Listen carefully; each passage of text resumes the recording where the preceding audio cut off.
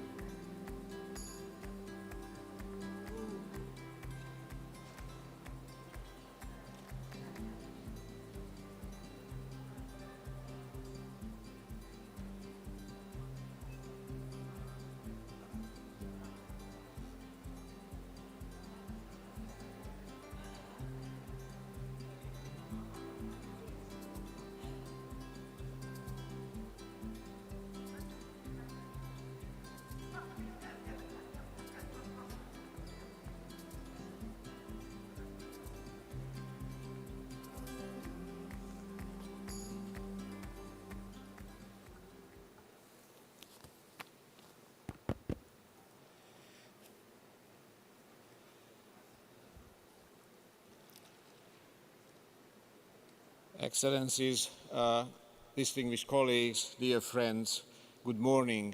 Thank you very much for coming to this final plenary session of the 15th World Forestry Congress. My name is Peter Choka and I'm the Associate Secretary General of this Congress. It's been a real pleasure to work with you throughout this week, throughout the last 4 days, which were indeed very intense with lots of meetings from the morning till the late evening. And now we have left an almost impossible task for the last day, and that is summarizing the findings of all those discussions and all the wisdom that you have brought forward through them. We had almost 60 events, main events during the week, close to 150 side events, and not to mention the 1,000 contributions, written and posters and videos representing the wisdom that the forest sector owns all over the world. And now we need to try to summarize all these and bring it into an outcome document at the end of the Congress, which can then be communicated to various audiences, delivering our messages regarding a healthy, green and sustainable future. Thanks God we have excellent support in trying to achieve our objectives, and for the morning we will be presenting the summary of the main sessions with action items that were derived through or from those discussions. We have excellent speakers here in the room who will be presenting the different sessions to you for consideration and a little bit of discussion, which will be moderated by Mr. Henry Bonsu, who I don't think have to be introduced anymore to us. And the summary of all these discussions will then be included as an essence into the outcome document that will be presented to you in the afternoon. These action points in draft form will then be posted on the FAO website, and once they go through proper editing, they will be republished in their final forms as part of the proceedings of the World Forestry Congress. So it is a real challenge that is lying ahead of us, but I'm sure that we will be able to address this, and I'm sure that we will be having an interesting discussion here and real contribution to the future of the forest sector will be made through these considerations here. So without further ado, I would like to ask Henry to come to the podium and take over the floor and the microphone. Thank you very much.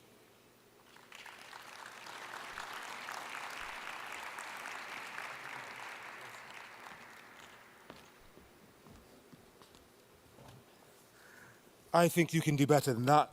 That was a lovely introduction. Come on, show some love for Peter Koska, please, come on.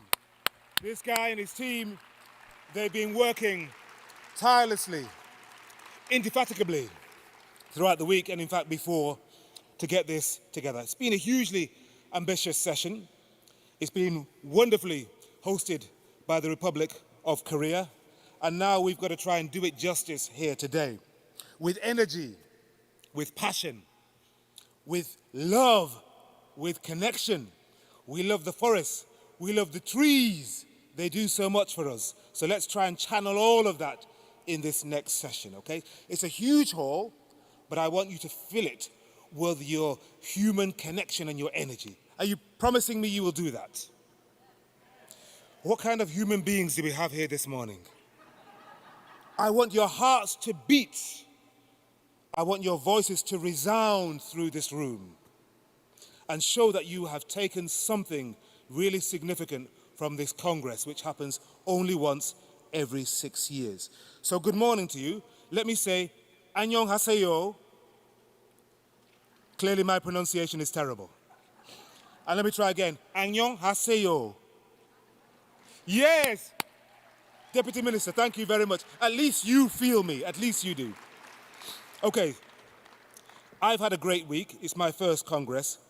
I've heard some amazing contributions, and some have really struck me, and I'll take them back with me to London when I'm on radio and television, talking on BBC and other broadcasters, and try and express briefly what I've heard this week. One of my favorite encounters was a virtual one, a young woman called Betty Osebonsu.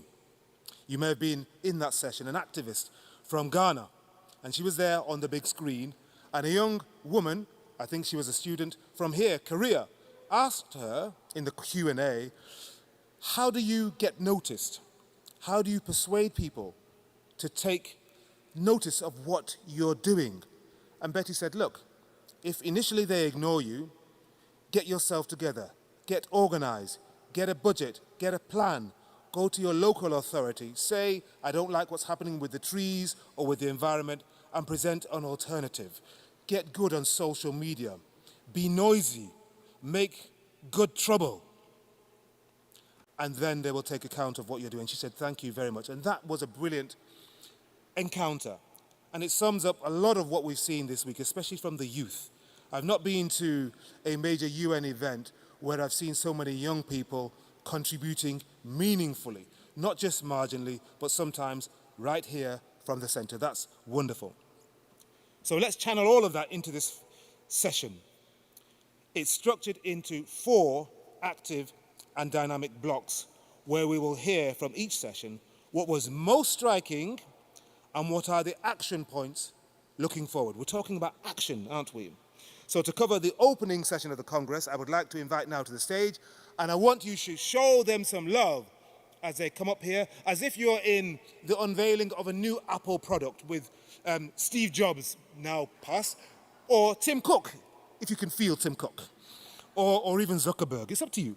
Okay, so show some love for Ms. Maria Helena Semedo, Deputy Director General of FAO and Chairperson of the Collaborative Partnership on Forests. Serena Fortuna, Senior Forestry Officer, Red Plus Team Leader.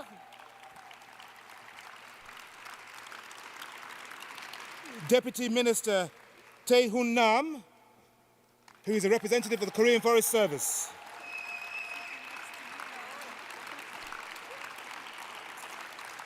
I know Deputy Minister likes my Korean, so thank you very much. So I feel him already. Wonderful. So we're going to hear from our initial speakers what exactly happened and what they can tell us. So starting off with Ms. Semedo. What can you tell us about the opening ceremony of the Congress and the high-level dialogue which followed? Because some of us were not there, but we need you, please, to channel the energy and the content in bite-sized form. Thank you, Henri. This is a mission impossible. Oh, for you, madam, all is possible. Good morning, dear participants, Vice Minister, colleagues here. I will try to do my best to bring this energy, the passion, as you said, and it's a great honor for me to summarize the key message and action points on the high-level dialogue of the Congress.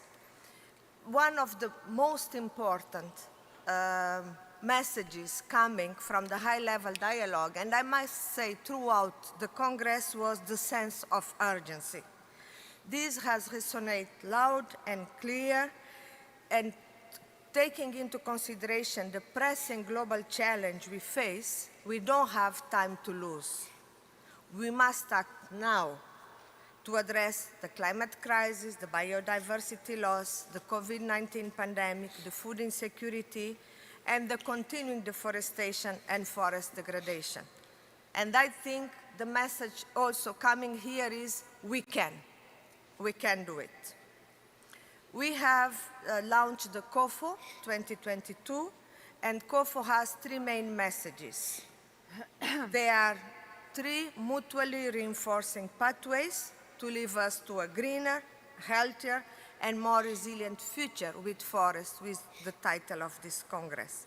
The first one is halting deforestation and maintaining forest ecosystem benefits. The second one is restoring and enhancing productive capacity and resilience of forests. And the third one is enhancing sustainable forest use and building green value chains, the economic contribution of forests. Another strong message is the need for investment. We need to invest in protection, in sustainable management, restoration of our natural capital, our forests. We need to scale investment in forests coming from public and private sector, but they need to increase significantly. We need to move at scale in order to be transformative. For that, we need to catalyze larger financial flows through integrated planning, policy, technical, technological, and institutional innovation, and by strengthening domestic financial institutions.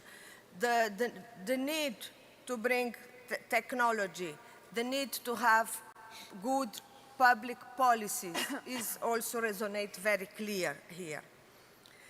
Another point is the role of the private sector.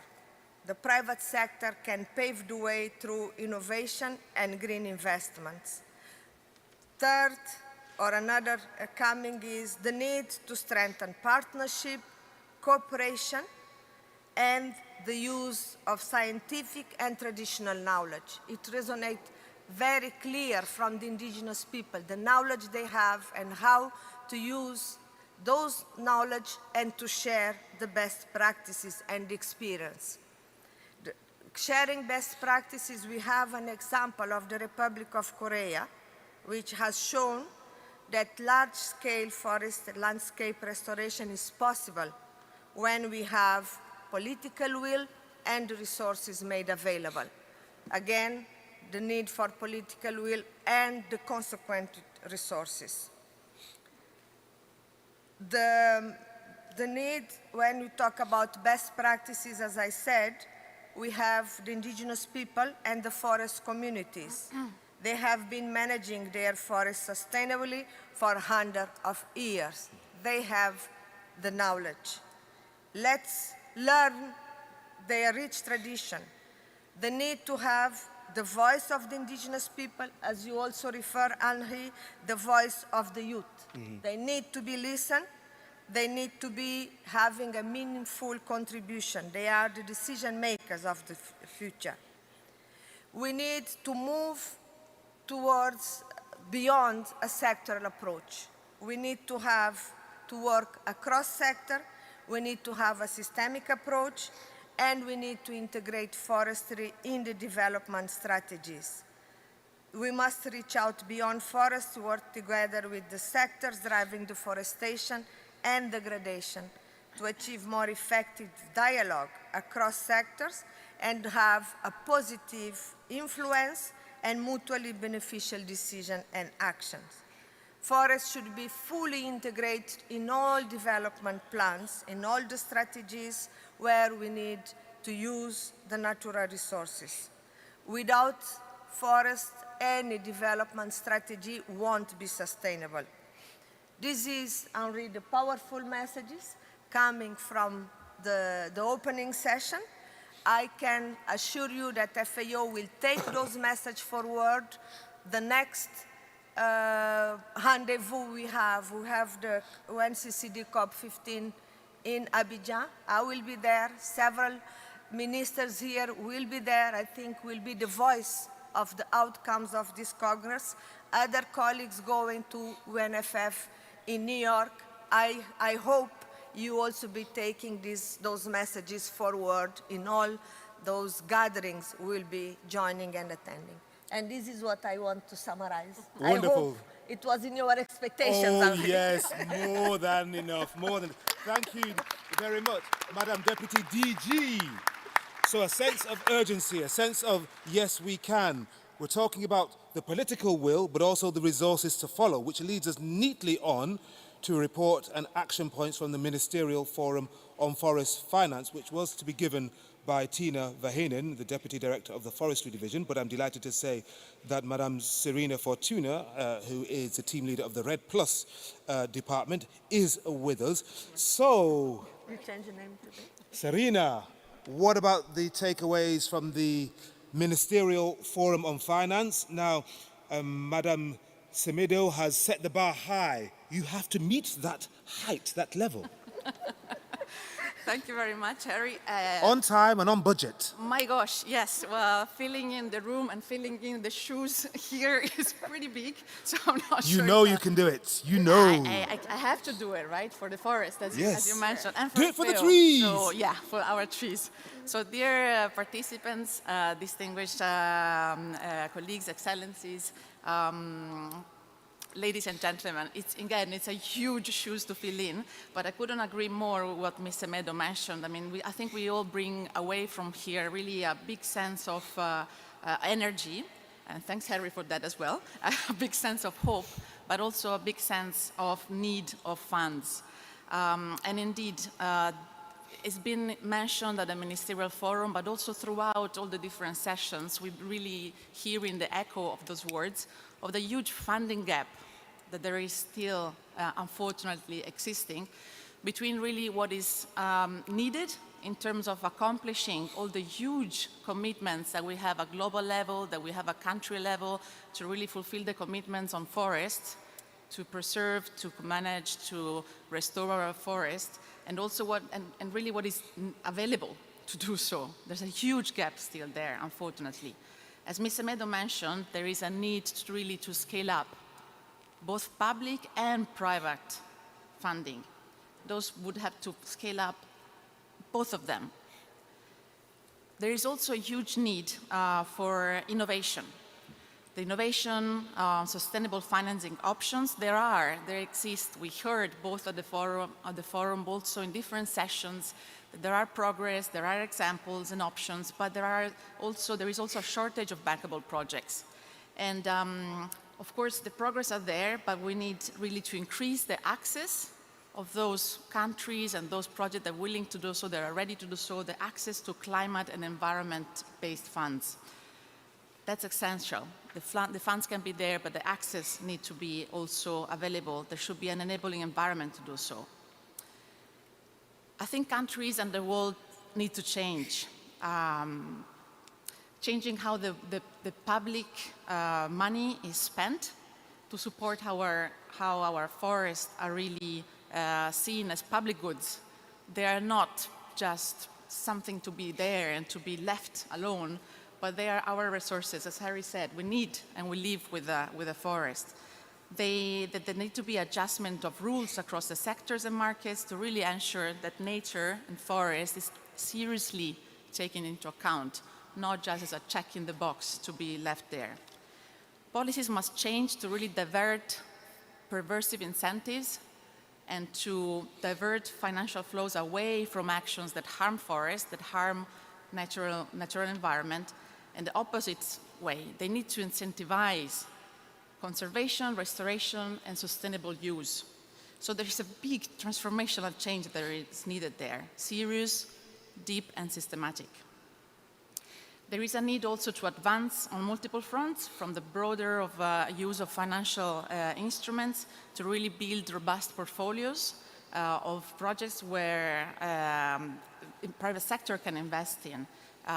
There will also need to develop appropriate and just financing vehicles. Maybe just a couple of words on the blended concessional finance. That's also something that has been indicated pretty often, and it is really seen as important to be achieved. Private sector is ready. They've been sending messages from the different sessions here at the fora as well. They're asking to step in. They want high integrity, both from an environmental point of view and social point of view, to be able to fill in and to support the public finance to fill in that gap. That's valid for all forests, for all forest and nature-based options. A special word on mangroves. Mangroves, through blue carbon, and the blue carbon investment in mangroves has a special place. They have sincerely a potential and capacity to deliver on high quality carbon credits. Accessible carbon markets can also be used, for example, to gains on forest restoration projects. Those should be embedded in a wider mix of income, so to really achieve financial sustainability. Last point, and with this I would like to conclude, that really transitioning to higher value economies and jobs anchored in the sustainable use and conservation of forests will require a solid enabling environment. The government has a special role here to really attract investments in the right areas, as well as taking advantage also of emerging both result-based and carbon finance mechanism. Now, this should be done in a manner that is appropriate, taking into account social and environmental safeguards, boosting the development that is decoupled from deforestation. This should include, not marginalize, local communities, smallholders, women and youth. And I think that from this Congress we had a very, very strong call for that as well. So with that, I thank you very much. I hope to have been able to fulfill your expectations. Yes, Serena Fortuna, yes. With a name like Fortuna, of course. Fortune. Thanks. Of course. Excellent. So we have a sense of urgency, political will, innovation, sustainable finance, but importantly, access. It's all very well having this opportunity, but if there's no access, it's meaningless. And what's great about the Republic of Korea is that they're walking the walk as well as talking the talk. And so now, let's hear from Deputy Minister Tae-Hun Nam. This is going to be a report and action points from the Ministerial Forum on Sustainable Wood. Your Excellency, Deputy Minister. Yeah. Thank you, Mr. Henry Bonsu. The Ministerial Forum was held on the 3rd May during the 15th World Forestry Congress. The honorable ministers and representatives of Republic of Cameroon, Japan, Republic of Austria, Republic of Peru, Gabonese Republic, and Republic of Korea shared national policy experiences and commitments to use wood resources sustainably and underlined the need for cost-effective and equitable solutions for value-added and carbon-neutral products. Honorable Minister of the Republic of Congo and representative of the Republic of Kenya shared their experiences and expressed their support during the forum. The ministers have agreed that sustainable production and consumption of wood promotes forest conservation, enhances the value of forest, and mitigates climate change. Building and living with wood responds to an increased demand for renewable materials and provide impetus for green recovery. Sustainable wood offers solutions across multiple value chains, including construction, furniture, packaging, renewable energy, biomaterials, and others. Scaling up bioeconomies by using sustainable wood, replacing carbon-intensive materials, has high potentials to become a cost-effective and innovative contribution to achieve carbon neutrality and build more resilient economies. Sustainable wood-based solutions build synergies with broader aims for economic recovery, growth of rural areas, and the circular economy innovation. Ministers highlighted that sustainable wood-based solutions need to build on sustainable forest management and address risks of trade-offs with the multiple other roles of forest, such as carbon storage in forest, loss of biodiversity, and of other essential forest services.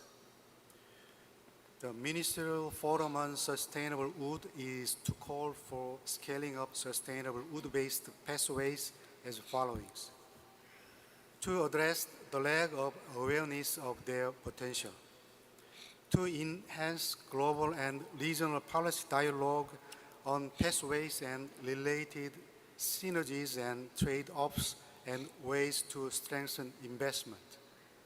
To improve modality to promote technical exchange, sharing of exchange and learning in order to drive innovations from sustainable forest management and efficient wood value chains to sustainable wood use. To significantly increase the use of sustainable wood-based solution within nationally determined contribution by 2030. The ministers also commit to join forces together to promote enhanced policy and technical dialogue and exchange among producer and consumer countries and key stakeholders to develop the necessary momentum and actions at scale, and invite the FAO of the UN and members of the Collaborative Partnership of Forests to support these efforts. The ministers are convinced that mobilizing the full potential of sustainable wood will enable to build more carbon neutral and resilient economies and progress towards more sustainable societies.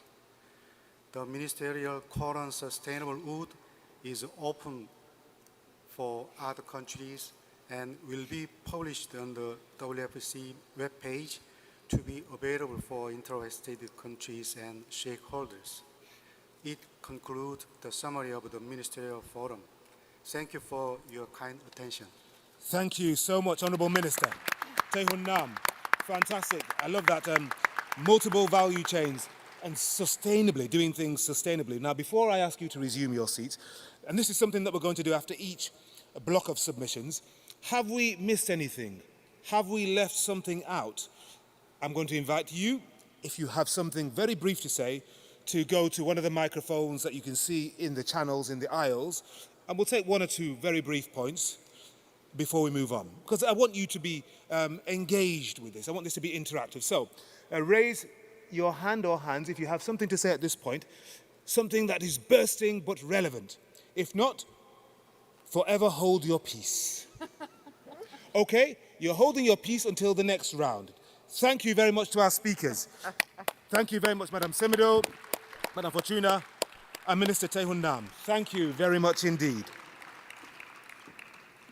So we're going to move from the high-level dialogue on the Ministerial Forum on Forest Finance and on sustainable wood to our second block, the plenaries. I would like to invite onto the stage Luke Nakaja, Lead UN Decade Science Task Force, Adriana Lucia Santa Mendez, Director of Forests, Biodiversity and Ecosystem Services, Colombia, and Jane Maloney, Executive Director, South African Paper Manufacturers Association. Please take your seats and show them some recognition, some love, please. My God, after the week we've had, we feel bonded now for the next 6 years. I hope. Let's be sustainable here. Okay, so let's hear, first of all, from Luke Nagaja, Lead UN Decade Science Task Force. So, 8 more years to heal the planet. Please, your brief report and action points. Well, thank you. And make it lively and connect us with you. Thank you, Henry. I'm not sure I can match your standard, You know you can. But I will thrive. Degraded ecosystem are our underperforming asset. They are just there awaiting our care and investment. Microphone. In order to thrive again. So we must make sure that we consider them as our underperforming asset, care for them and invest in them to make them thrive again. And in fact, that is the expected outcome of the decade. That at the end of the decade, all our degraded ecosystem will thrive again. So I do hope that you will take that away as a takeaway and make sure that you are an ambassador for the decade. Ecosystem restoration is not just about planting trees. It's more than that. It can eradicate poverty, it can improve livelihood, and it can increase the productivity and actually the functioning of the ecosystem themselves. And therefore, the potential to restore ecosystems should not be used as an excuse to degrade them. It's not about degrading and then restoring. It is much more cost-effective to avoid degradation. So conservation is the first step of what we are talking about. And effective ecosystem restoration must combine science, local knowledge, including traditional knowledge. And fortunately, there's a lot of knowledge available in the local communities, and we need to consider that and tap into it. And government should not just transfer responsibility to local communities and expect them to do the work. Government must show the way by providing for the enabling environment precisely for all stakeholders of the ecosystem to do their part of it, their share of it.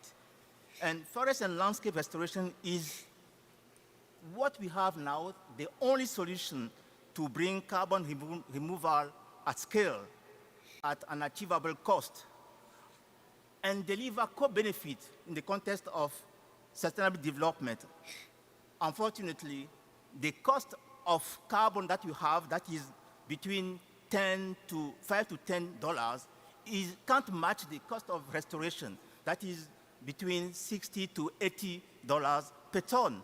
So we need to fill that gap. And filling that gap will also help to bring on board the private sector and help to realize the decisive potential of forest restoration to contribute to climate action. And here we need transparency. We need, therefore, harmonized framework for reporting. And I would like to really commend the fact that we have something working. It has been presented here. We must improve it. We must make sure that we have it running at all levels to monitor. And we need a systemic change. The systemic change that we need has to work by ensuring that we not only deliver on the burden challenge, which target what was 350 million hectares to be restored by 2030, but even more so to deliver on the nowadays 1 billion hectares committed by countries under the Rio Convention processes. The last one, Peter, is my favorite because it recalls that we may have, and we have, 8 more years to heal the planet, but we only have 3 years of effective climate action to have a chance to keep the planet below the 1.5 Celsius degree scenario under the Paris Agreement. So it is essential to stop the expansion of agricultural land on our natural forest at all levels by purposely restoring our degraded land and put them to use. It is therefore time for increased funding and effective action. We can no longer afford the luxury of procrastination. Thank you very much, Luke. Thank you very much indeed. Come on, yes, indeed. And again, a sense of urgency, conservation and restoration. And I love the pictures. Look at the pictures there. I mean, we have to nurture the plants and the trees the way in which they nurtured our ancestors, because one of the reasons why human beings survived is our earlier ancestors took shelter in trees. That's what we did, going back many, many thousands of years, maybe even millions. Right, now on to Adriana Lucia Santa Mendez, Director of Forest, Biodiversity and Ecosystem Services, Colombia. I think you're going to speak in Spanish and you're going to tell us what came out of plenary session 2, Forests for a Healthy, Prosperous and Peaceful World. Over to you. I need to get my interpretation. Pause 1 second. Please, can...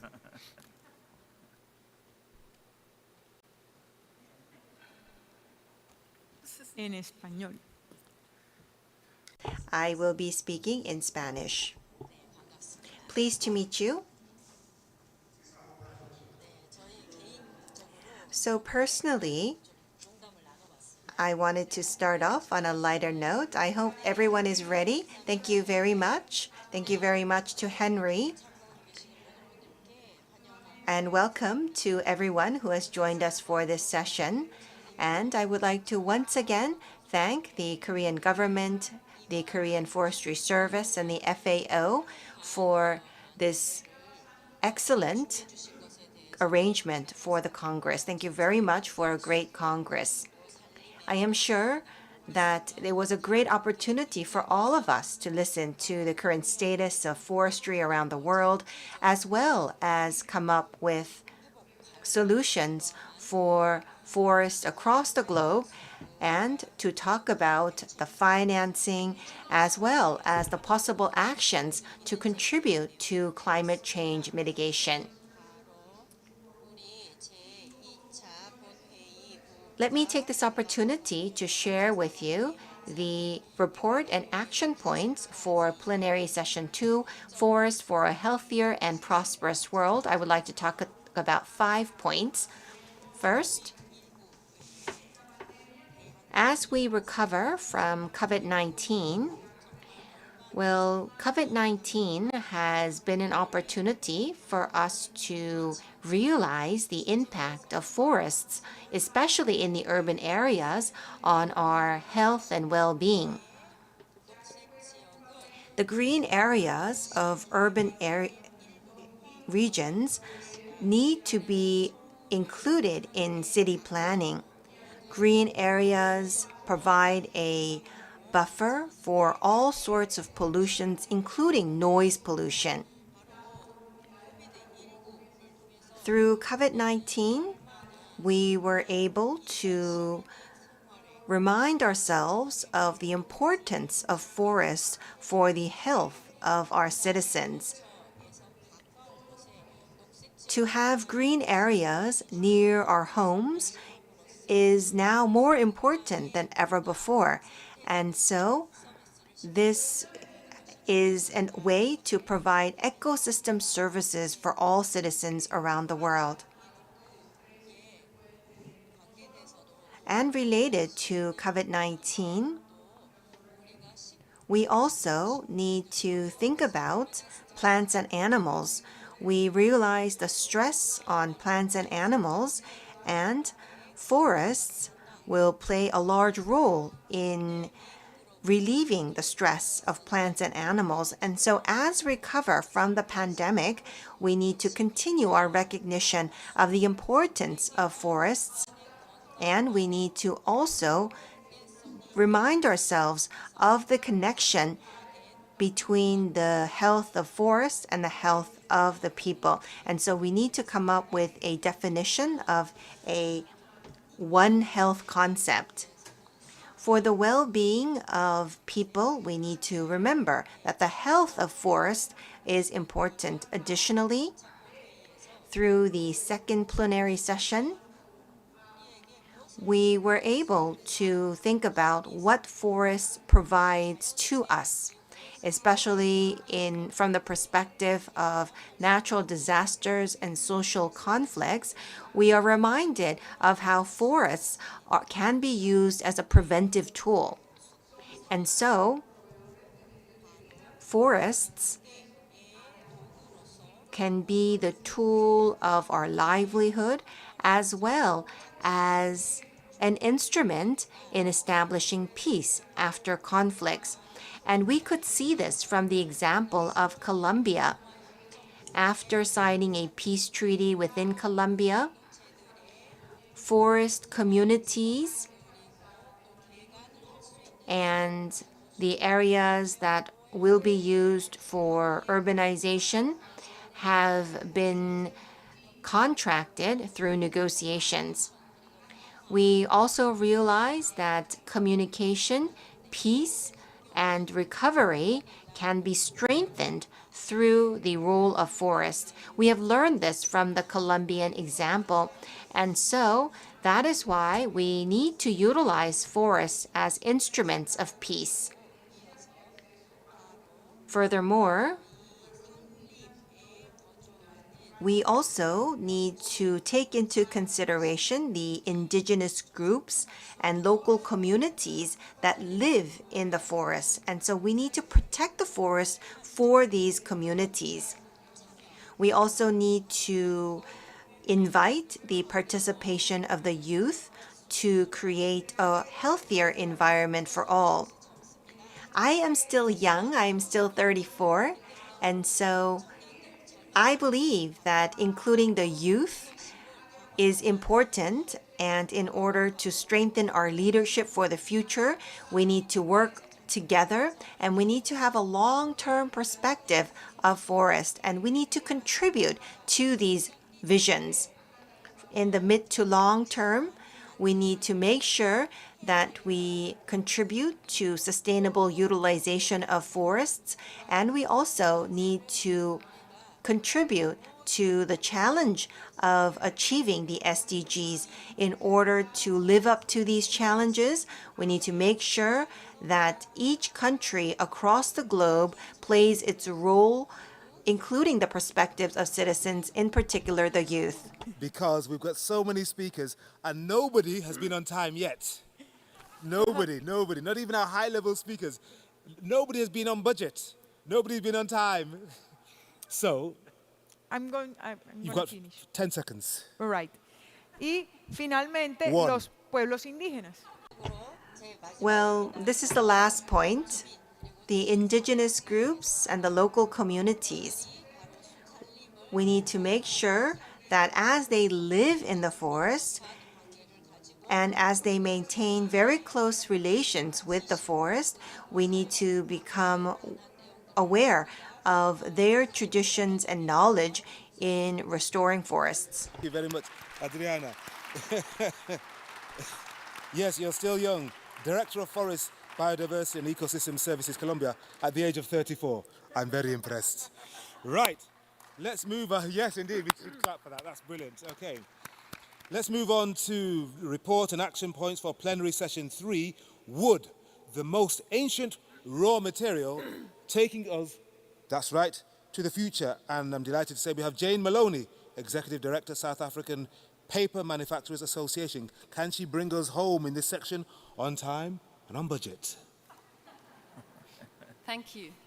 Rapid urbanization means we need to reduce greenhouse gases. We need to rethink cities. Cities of the future should be more integrated with nature. We should focus on locally produced wood, on locally produced renewable materials.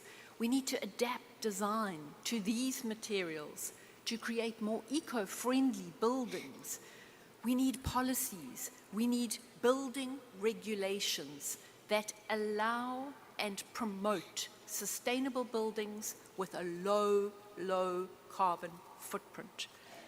Construction with this wood and other renewable materials, we provide excellent opportunities for forest countries to use the wood that they produce for developing sustainable, eco-friendly housing, especially in cities. Many developing countries have huge challenges, and they're going to need support and investment to establish the processing industries that can produce the modern timber products that are required for this construction. Anything that is made from fossil fuels or petroleum today can be made from a tree tomorrow, and can be made from a tree today too. Research, science and development and innovations, we need it. It'll help us to transition to a lower carbon economy and to a circular bioeconomy. We need new wood-based materials, products and manufacturing methods and services. And we need to improve resource efficiency and recyclability of already available bio-based products to truly move to that sustainable bioeconomy. I'm getting nervous, Henry. I'm trying hard. I'm watching you closely, Jane, watching you closely. Scale up the use of wood. You have to scale up the supply. We have to do this through restoration, reforestation, afforestation of degraded lands, as well as the expansion. Expansion is a good word of agroforestry. When you come into a new area, especially developing, and you see that patchwork quilt of smallholder farmers, forest communities, picture the small, medium enterprises, they all produce significant amounts of timber, but we need to strengthen their capacity to participate in sustainable wood value chains. This must include certification to achieve a greater economic resilience at the local level. Now, public perception, they can think wood harvesting is often associated with deforestation. No, this needs to change, and we are part of that change. The global awareness of wood as a nature-based solution was raised at COP26. We can build on this. Wood is good. The public perception must change. Greater consumption of sustainably produced wood and harvested wood products means more carbon stored. It means more forest conserved, and it means greater resilience. Wood is truly good. This is the future. Jane, thank you very much indeed. And yes, indeed, you did come in on time and on budget. Wood is good.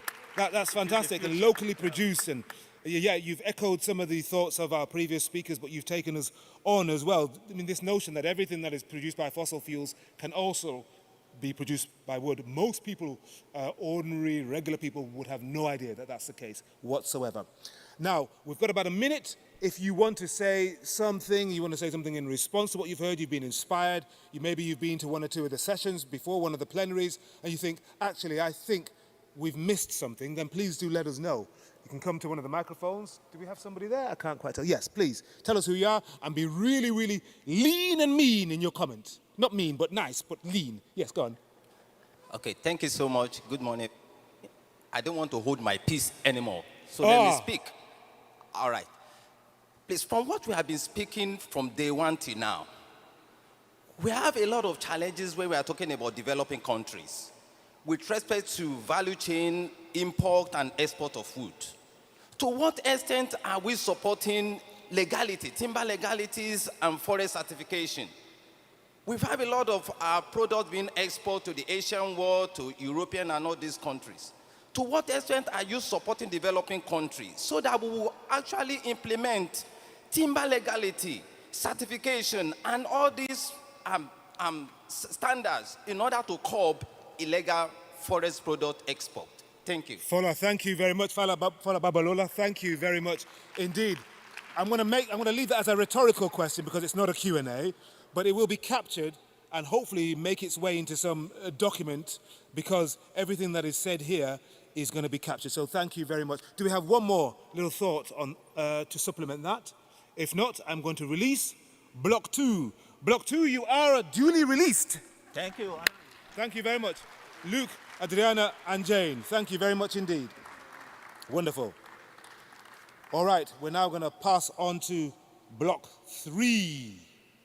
Let me invite onto the stage to generous applause, maybe even some love, Estelle Fach, Central African Forest Initiative Secretariat, Juan Carlos Hintiak, Technical Advisor, Climate Change and Biodiversity, COICA and AGCT,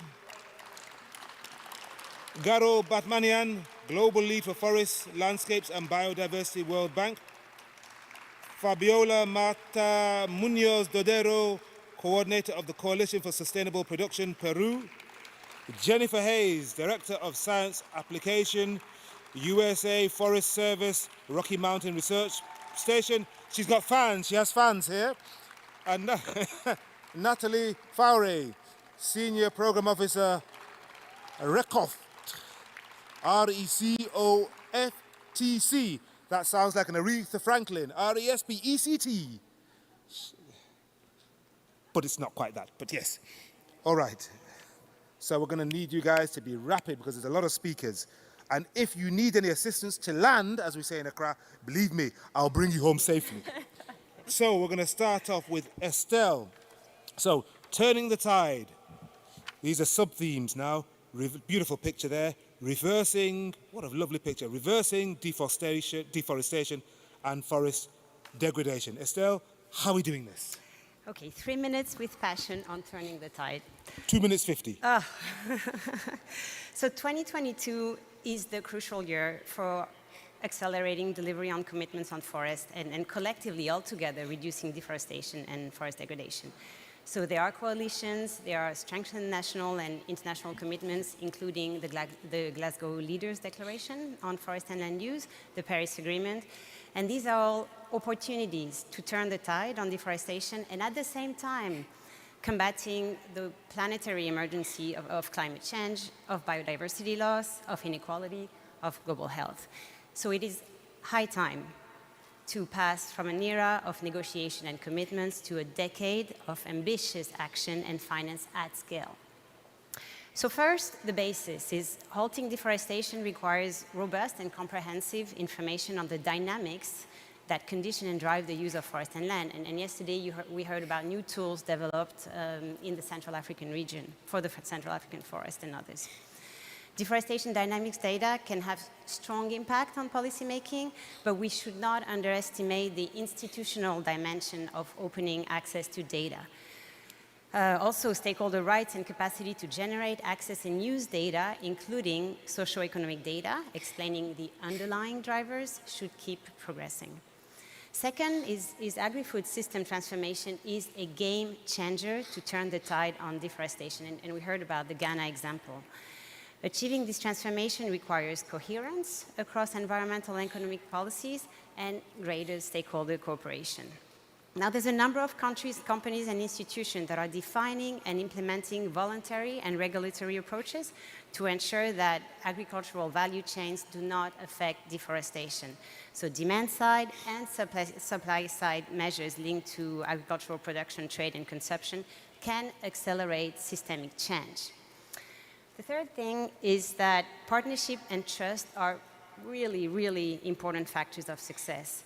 So efforts to reverse deforestation and forest degradation, including when they're driven by new markets, must benefit and engage smallholders, indigenous people, and local communities with clear and full recognition of their rights.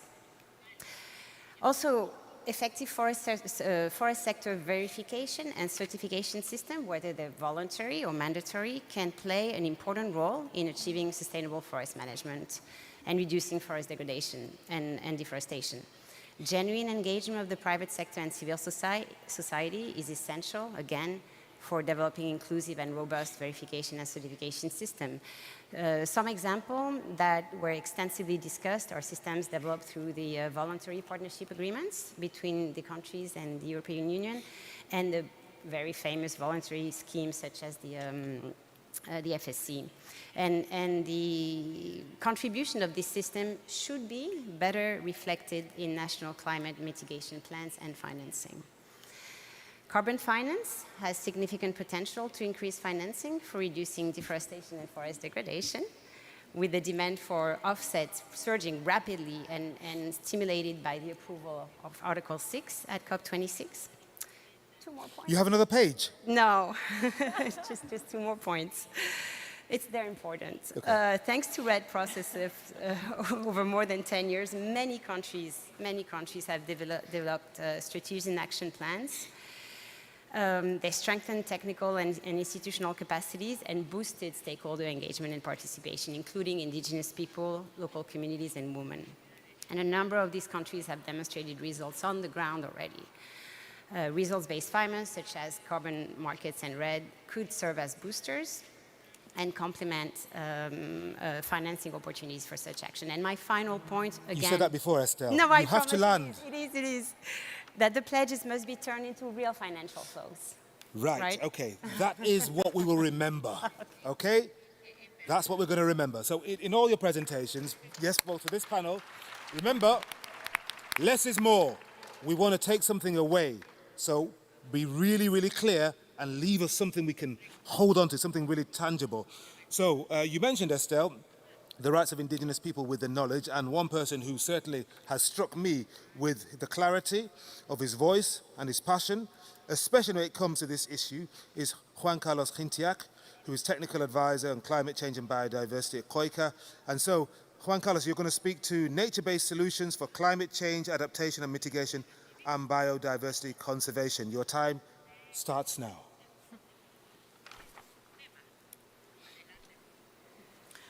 Muchas gracias. Thank you very much, Henry.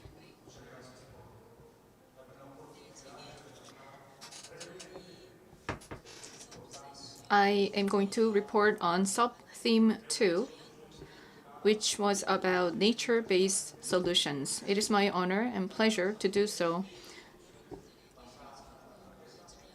And in the sessions for sub-theme 2, we discussed how we can promote nature-based solutions together with local communities and indigenous peoples. I'd like to invite you all to this endeavor. We need to utilize science and modern technology, but at the same time, we need to utilize the traditional knowledge and wisdom of our ancestors. We need to strengthen links between the modern technology and science and traditional knowledge. And we were able to build a consensus on this. And in employing nature-based solutions, we need to make sure that local residents and indigenous peoples will be involved. And we also discussed ways to raise various financial resources to support them. There are many agreements, including the Paris Agreement and other global commitments and pledges. But it is crucial to establish specific action plans and strategies. And I believe that there are many valuable opportunities out there to do so. I would like to emphasize that there should be transparency in mobilizing and using financial resources. And we also need to have more transparent and effective monitoring on forest degradation and deforestation. And at the same time, we need to ensure that no one is left behind. Women and youth and vulnerable social groups, they all need to be included. They all need to be involved so that everyone can benefit from nature-based solutions. In our modern society, we have a huge body of knowledge and information, but to be able to do so, we need to provide more access to such knowledge and information, and also we need to build trust. Another point that I want to mention is that all nature-based solutions need to be eco-friendly and sustainable. You are all champions and leaders, and Indians and indigenous people like myself, we are champions as well. We need to stay connected. We need to be connected not only practically but also spiritually. We need to remember why we are all gathered here in this place. And finally, I'd like to mention that trees are not just simple financial resources, but I hope that you will visit us in our local villages, the indigenous villages, and I hope that you will come and meet with us and be in the forests together with us so you can feel what it's like to coexist in nature and how you can communicate with one another culturally in the forests.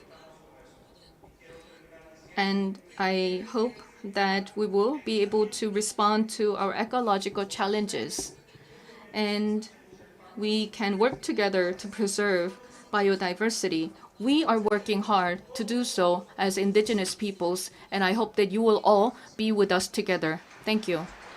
Juan Carlos, as ever, you speak with passion, fire, spirituality, but also the real detail. I like this idea of the high-tech of now and the traditional knowledge, but there has to be mutual respect. And I accept your invitation to come and visit you in the depths of the forest. But I grew up in the UK my whole life, so I have no natural protection, so you'll have to give me some blessing, okay? Thank you, Juan Carlos.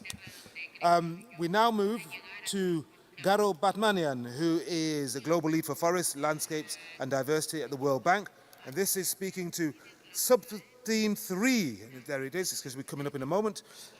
The green pathway to growth and sustainability. There we are, lovely. Okay, Garo Batmanian, your time starts now.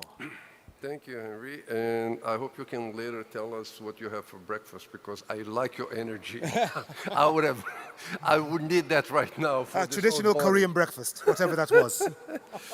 The overall theme of this conference is also one of the conclusions of our sub-theme, that the forests have a role to play in achieving all sustainable development goals, but this cannot happen on itself. That's the main message. We have to work together, a cross-collaboration, promoting landscape approach, new technologies, quantifying. Just saying we contribute to the other sustainable development goals without actually working on it and trying to reach out is not working, and we can do this better. Of course, as raised by one of the participants in the plenary, we need to start with good governance and protect local rights. For the local people, tenure rights, resource rights, these are preconditions. We cannot have sustainable investment without a level playing field, because of course you're competing with illegal activities, with exploitation of people. That is not possible. So you need to have investment in good governance. That includes the laws related to regulations and policies aligned with international labor standards and others, so that we have proper rules for safety, for youth working, women working, good, decent jobs. Now, coming to jobs, we can do much more on jobs, on formal employment in the forest sector, including for women and young people, and we can do that by finding sustainable solutions for improving the sector performance and conditions, social dialogue, understanding what the conditions are for these groups. The other one we can do is that the private sector should promote and establish decent work opportunities, including green jobs in both traditional and emerging forest-related activities. You can do that. You can open that opportunities for them. And finally, on the job side, we can and we should strengthen capacities at all levels to develop quality skills and safe workplaces. We have to provide the training for the people to enter the market. Now, another finding is the bioeconomy represents a huge opportunity for the forest sector and an exciting new opportunity for wood-based products. Many companies, as we heard this week, are rethinking their approach to innovation and collaboration to embrace this opportunity, new woods, new uses for wood, for bamboo, for other fibers. So it is important to support sustainable development, but we need the adequate financial mechanism for innovation and production. We need to develop R&D, but we have to have financing that can be patient enough to support this kind of activities. Now, this is at the larger scale. At the smaller scale, small and medium-sized forest-based enterprises face many challenges when it comes to accessing finance. We heard a lot of this the entire week. It's an issue of scale, the banks don't like it, you have I'm not going to go over all the problems here. The lessons learned are that innovative approaches exist, they are working, we can do bankable projects for small holders, but they often require mobilizing technical assistance and what we call patient capital, somebody that doesn't want to start receiving the profit within 6 or 8 months after a loan, and give us some time for the project to mature and generate profits. Of course, we also have to work on assessing the market and developing those products so that people can understand comes from the community. You can market them differently, you can promote them differently, so that the people here can do that. Finally, before you say something, so here I go with the finally. You mentioned patient capital and patient financing. I'm running out of patience with you, Garros. Yeah. You have to finally, finish. I'm joking. Blended finance has the great, what we call it blended finance, which is mixture of different sources, including grants, has a great potential to provide more funding for sustainable forests and landscape management from both sources, public and private. It includes pooling resources that come from multiple agencies and that deliver cross-sectorial benefits. We can invest in tools like green bond, crowdfunding, innovation hubs, equity, or the collaboration with insurance companies, because working on forests, on SDGs, protecting the forest decreases the risk of the investment. And this is something that companies can measure, and therefore they can capitalize on. Very good. With that, I just want to say at the end that we also have to look at one topic that was going to come along here, is that we have to look at the entire supply chain. We can't, for all the products, we cannot only think about what we're doing in our company, but where we are buying from, who is producing, who they are hiring, what kind of forest they are working. We need to integrate the supply chain. And Garrett, I'm going to have to bring down the gavel now, because you are way over. Thank you very much. Thank you very much indeed. Thank you. Wonderful. Well, you're right. I mean, good governance, local rights, because you simply cannot compete with the illegal activity. That's important to re-emphasize that, and patient financing and patient capital. Now, on to sub-theme 4, forests and human health and well-being. What a lovely picture. What a beautiful picture. Where's that taken, I wonder? Is that Sudan or? I'm not sure, but it's a beautiful picture. So, forests and human health and well-being, revisiting the connections. This is what we should do. On to Fabiola Mata Munoz Dodero, coordinator of the Coalition for Sustainable Production, Peru. Over to you. Muchas gracias. Yes, okay. ¿Funciona o no? Yes, it's on. Ahora Yes. sí, ahora sí. ¿Ahora sí? Ok. Muchísimas gracias. Thank you very much, Henry. Ladies and gentlemen, thank you for coming, and thank you to the organizers for inviting me. As we all know, we need to think about green pathways to sustainable development. And in order to achieve sustainable development, we need to stay healthy. So these are all very true to each one of us. The absolute truth is there, but we need to think about practical measures to implement this. We may not fully understand the whole potentials and the benefits provided by forests. Forests are not only important for our economic activities, but also for our spiritual and mental health. In Korea, I was able to see that there are so many green areas in Seoul and in Korea, but that's not the case in many other countries. We need to think about expanding green areas in our urban environment. Also, we need to continue our discussions on all kinds of benefits provided by the forests, not only economic benefits, but other types of benefits as well. Because if there's no forests, we cannot respond to climate change at all. It really means that we should move beyond our attention to the forests for economic benefits, but also other benefits. But in many cases, decisions have been made only based on the economic value of forests. In that sense, we need to change our mindset. We need to transform our perspective. We should not just think about forests in connection with our economy, but rather in connection with our health.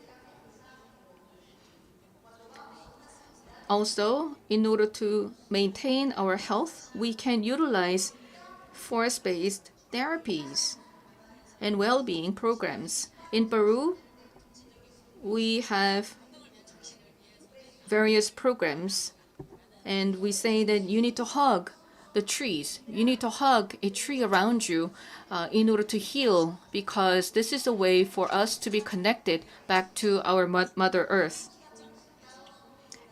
But when you think about the national accounting or government budget, or in public policies or their decision making, such aspect is not considered at all.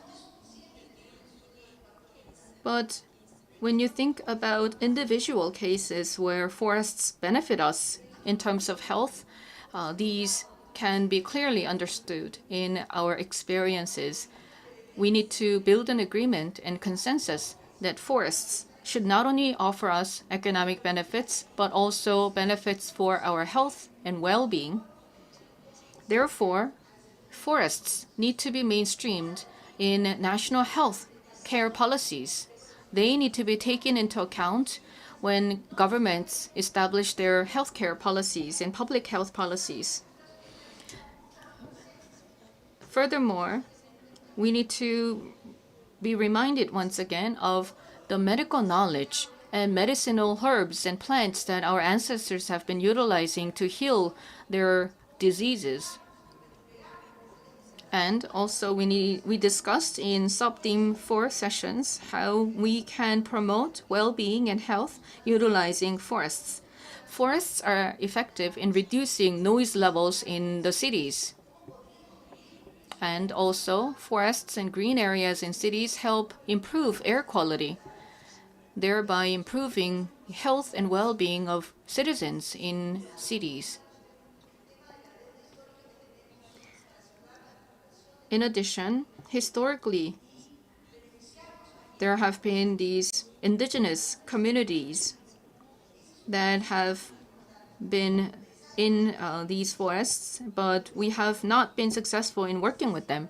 And we also need to think about the needs of small holders and small owners. And these people lack access to financial resources. In Peru, there are many small farmers, but if they want to get a loan from a bank, the interest rate will be 80% per year. This is practically impossible for them to get a loan and repay that. How can they maintain their small business if access to such loans is very limited?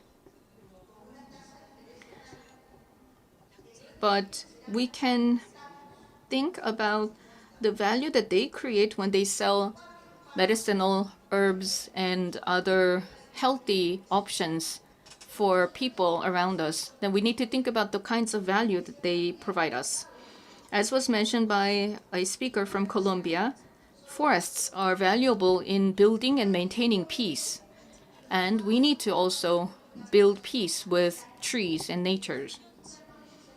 Also, as was mentioned by another person, we need to include women and youth, and as well as senior citizens, because these elderly, they have traditional knowledge that we need to benefit from.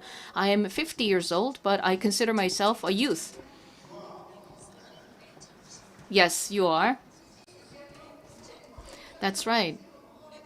So I look young, I stay young, and I think we have the right to stay young because it's not just about physical age. I am your senior, and as your senior brother from West Africa, I have to tell you, please, you have to land. Yes, it's the last. Okay. Y finalmente, la pandemia. Okay, this last one is about the COVID-19 pandemic.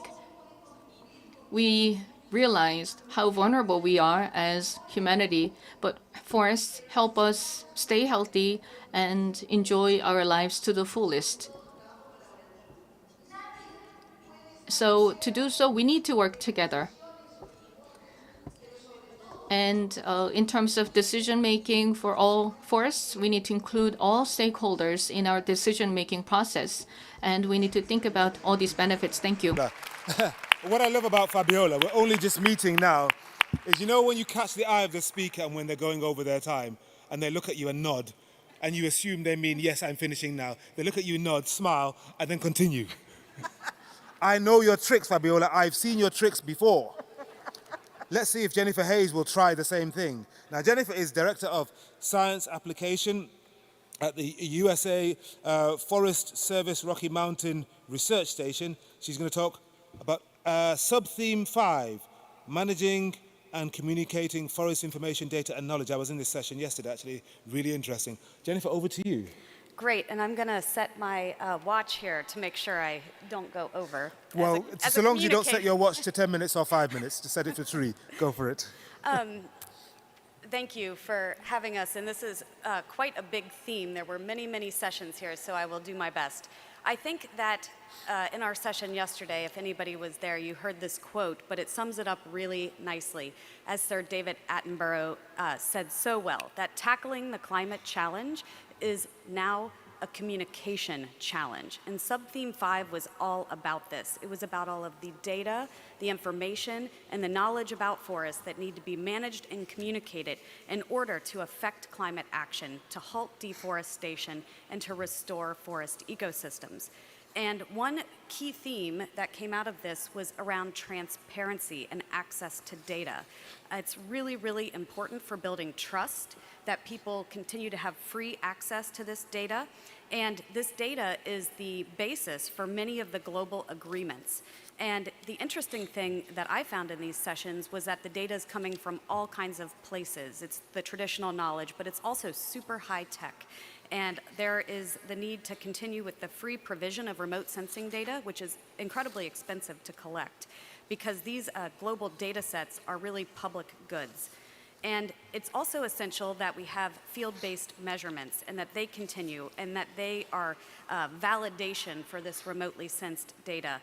And importantly, that we enforce or pick up our efforts towards more data collection for socioeconomic information and information on restoration monitoring.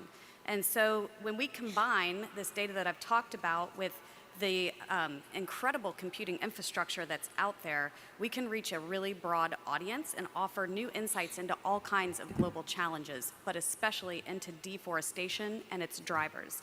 And this is really, really, really important work. As we heard, how are we going to ensure legality and certification if we don't have good access to the data? And I think a lot of progress has been made towards this restoration monitoring that I mentioned. There was the launch of the framework for the ecosystem restoration monitoring system here. And the capacity of countries and stakeholders, however, needs to be strengthened.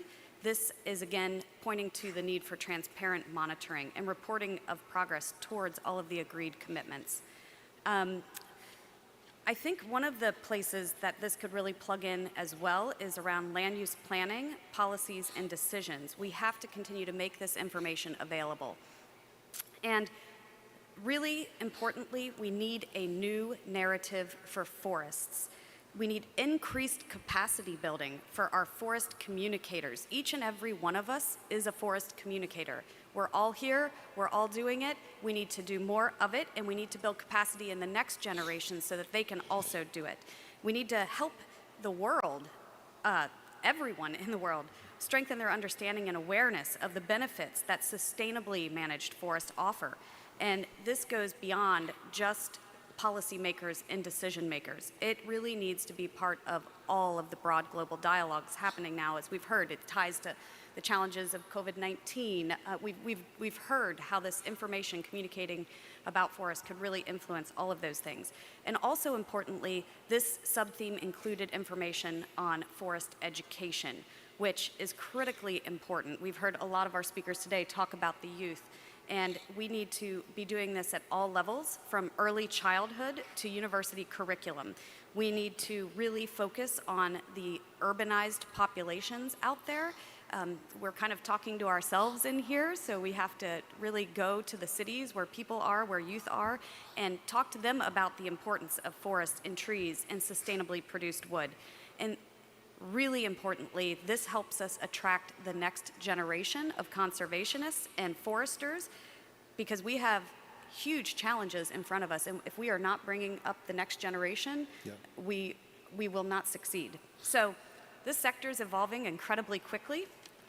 And with that, Jennifer, you I will pass. are over, but I will pass. It was elegant, so thank you very much. So yes, Jennifer Hayes, we need a new narrative. I like the idea of reaching beyond the room, obviously. Maybe we can call it Forests Without Boundaries, which leads us neatly on into this sub-theme 6, Forests Without Boundaries, Enhancing Management and Cooperation, Reaching Out Beyond. And Nathalie Fabre is a Senior Program Officer at the Center for People and Forests. And Nathalie is going to speak to that particular sub-theme. Over to you. Thank you, Henry. So I have the pleasure to present the results of Forests Without Boundaries. So you might wonder, what does it mean, Forests Without Boundaries, and how do we achieve that? During our sessions, we discussed that forests are obviously part of the solution of the big challenges that we have today. But to maximize the benefits of forests to planets and the people, they must be considered as an integral part of a mosaic of what forests bring, so land cover, land use, agri-food systems. However, we have to overcome certain challenges, administrative boundaries and silos, but also the lack of multi-sectoral institutional mechanisms have to be overcome. So what is needed to enable forests play their full potential and their full roles? An integrated landscape management is needed, a framework to address water, biodiversity, agriculture, and energy. It's essential to have that integrated framework take into account the interests and concerns of forest-dependent people, in particular indigenous people and local communities, but also us urban populations and other stakeholders. Another highlight of the session was the key role that forestry plays in green jobs. Forestry has to be sustainable, with sustainable growth, income, revenue, and investments.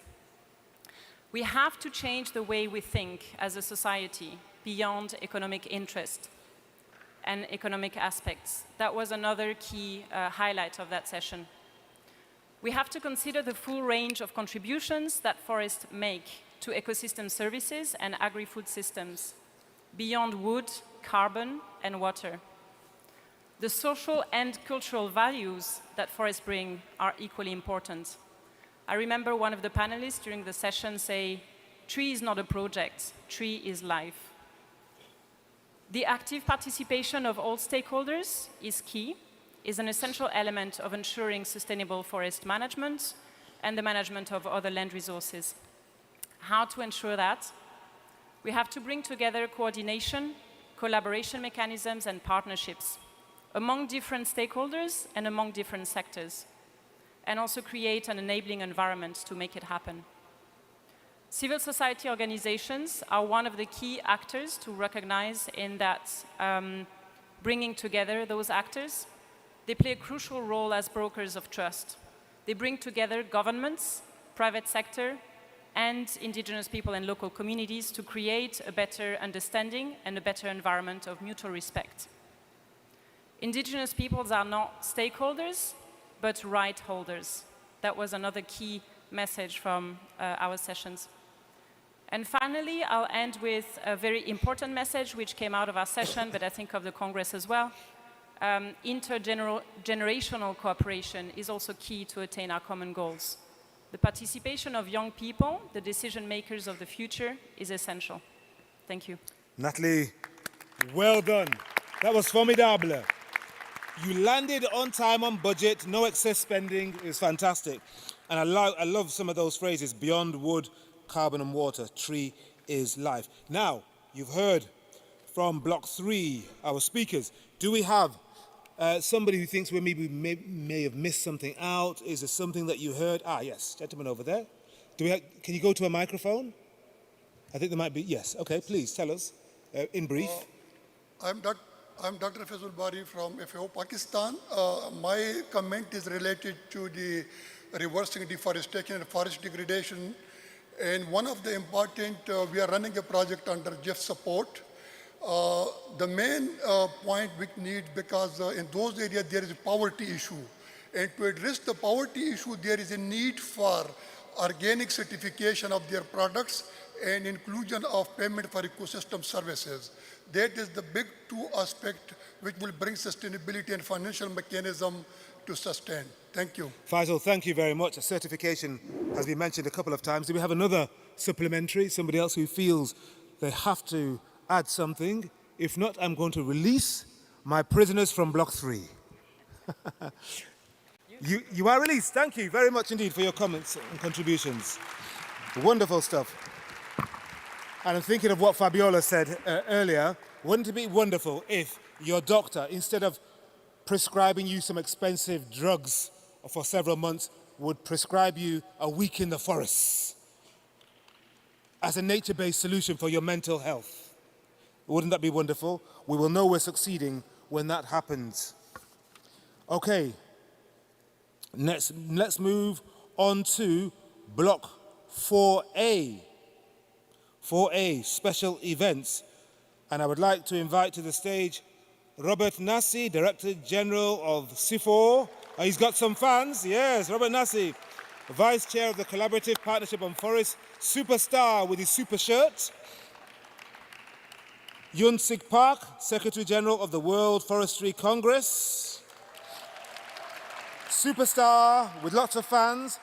Peter Gondo, Interregional Advisor on Sustainable Forest Management, UNFF. Do we have any fans for Peter? Raise the roof for Peter, come on. Peter Gondo is in the house. Peter Gondo is in the building. Wow. Look how he came, look how he mounts the stage. Posiso Sola. Now, she was a star in the session I went to. Center for International Forestry Research and World Agroforestry, CIFOR. Posiso. Posiso is no nonsense. Back to basics. And Anali Bustos, Monte Alegre Natural Reserve, University of Buenos Aires. Anali has fans.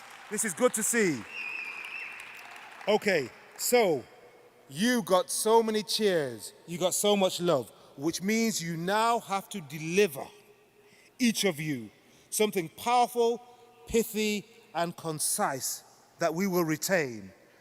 I hand the baton over to Robert Nasi, and he's going to talk about the report and action points from the CPF dialogue with major groups on climate change, conflicts, and food insecurity. Robert. Thanks. I've been given a very carefully crafted text, but you don't need me for reading it, so I'm going to give you my unapologetic take on it. Robert, speak from the heart and the yes, soul. And first, I mean, I was just reading this morning that a big oil company, a big oil major, is just making $9.1 billion in profit on the first quarter. At the same time, we're subsidizing the fossil fuel industry at the rate of $11 million a minute. Is it acceptable? No, because we are not investing in our green infrastructure, forest. So, first point, action point, we should invest in our forest, trees, and the people that are the steward of these forests and trees. And for that, we should think where to take the money about. But this is a very important thing to do. Another big player is the food and agriculture system. It is also responsible of 90% of the deforestation. So we need to rethink our food and agriculture system because we are also subsidizing these at the rate of $540 billion a year, 90% of these subsidies being harmful to the environment of people. So we need to rethink our food and agroforestry system so that it becomes conducive to green development and forest future. Which brings us to the whole issue of indigenous people and local community that own 40% of the forest land, but unfortunately do not have the means to exert their rights and to manage their forests that have been sustained for millennia. So there will be no reduction in deforestation, there will be no reduction in degradation, there will be no progress unless these people have their rights recognized and they are sitting on the table. Because if they are not sitting on the table, they will end up on the menu. Yeah. Oof. And next point, we are going to this issue. Of course, I mean, you have conflicting needs, you have conflicting things about resource. So there is a lot of conflict about forest and land use. And these conflicts are all mainly linked to in-power balances and governance issues. So these need to be solved because if we are not going to solve this, I mean, we are not going to make a lot of progress. But think of what? Forests for peace. Forests can be used as a common vehicle to bring peace in transboundary activity and to make the life and society better. And then I wouldn't want my grandchildren to tell me, you knew there was a problem, you didn't do anything because of short-vested interest. So I think we really need to involve youth more than we are doing, and we give them more than lip services. They should have a prominent role in meetings like that, but also in action and in consultation. They should be part of the decision-making system in terms of what to do with forests. And finally, silos are very good to store grain. They are not very good to solve our global crisis. So we need to work together. We need to bring collective action to our issue. And for that, a group like the Collaborative Partnership on Forest that brings 15 of the large organizations that have a significant program on forest have a big role to play, but also a big responsibility to assume. So colleagues of the CPF, I mean, we have a lot of things to do, and we should do it soon. And finally, if you listen to what has been said this morning, we all say the same thing. So maybe we should stop saying it and start doing it. Thank you very much indeed, Robert. Thank you very much indeed. Well, you mentioned forests and peace. It was a vehicle of peace. And that leads us neatly on to the gentleman on your left, Dr. Yoon-Sik Park, Secretary General of the WFC Korea. And so you can report to us, Dr. Park, on action points from the high-level roundtable on the Peace Forest Initiative. And as you heard from Robert, we cannot say the same thing anymore. Okay. Thank you. Actually, right next to me, Dr. Robert Nasi already took some part of my speech. But, so does that mean your speech is going to be even shorter? Yeah, absolutely. Okay. We found many new ideas and views in this Congress. Actually, the Peace Forest Initiative is one of them. The Peace Forest Initiative is a global initiative to promote peace and confidence between neighboring countries through transboundary cooperation on forest restoration. This high-level roundtable on peace forest initiative was a place for sharing the practices and experiences the countries have built peace through the cooperation in forest field. Forest can give us lots of benefits, not only for the human beings, as well as all living things, just like wildlife, or birds, or plants, and all things. It can absorb and store carbon and provide shelters for wildlife and give us livelihood and income source. However, the forest role never stops here. It can also contribute to peace building. The Peace Forest Initiative high-level roundtable shared these new perspectives and experiences. It also agreed to put our effort together to bring sustainability and peace through forest. The high-level roundtable was the first high-level event held in the large-scale global gathering in forest field after the Peace Forest Initiative was officially launched in 2019. The PFI event was where the potential project countries share their own national status and opinions. Especially, the participating countries were able to reaffirm the goal of Peace Forest Initiative that contribute to the United Nations Decade on Ecosystem Restoration and SDGs. This event has become a great opportunity for the PFI to move one step further as a global policy program while presenting a future direction of this project. Thank you. Thank you very much. Bravo to you, Dr. Park. That was the shortest speech of the day. Congratulations. You left us wanting more, but you're not going to have any more, which is fantastic. And let's remember, it's about all living things, not just human beings. Wonderful. Thank you very much for that. Okay, on to Peter Gondo from the UNFF Secretariat, the Forum on Forests. Action points from the role of forests in a post-COVID-19 recovery event. And you heard what Dr. Parker said and what Robert said. If it's already being said, don't say it again. So everything you say now will be new. Definitely. You promise me? I promise you. And just to start off with, just look at us. Please bring your microphone a bit closer. Thank you. Just look at us in this room.